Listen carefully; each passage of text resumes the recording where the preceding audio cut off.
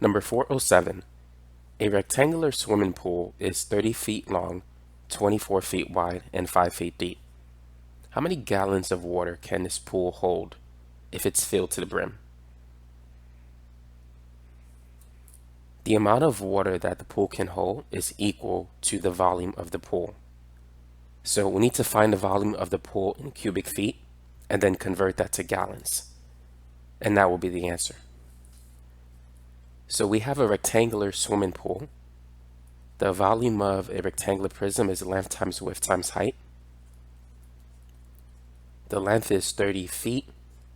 The width is 24 feet.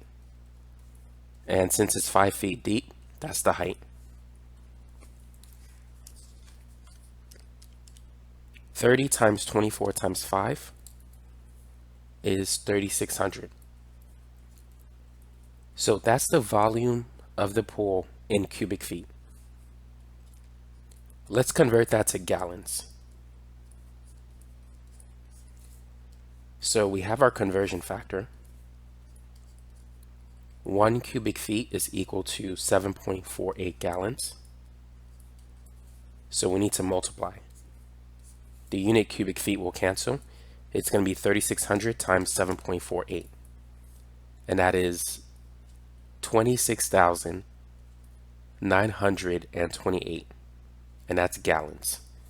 So that's how many gallons of water this particular pool can hold.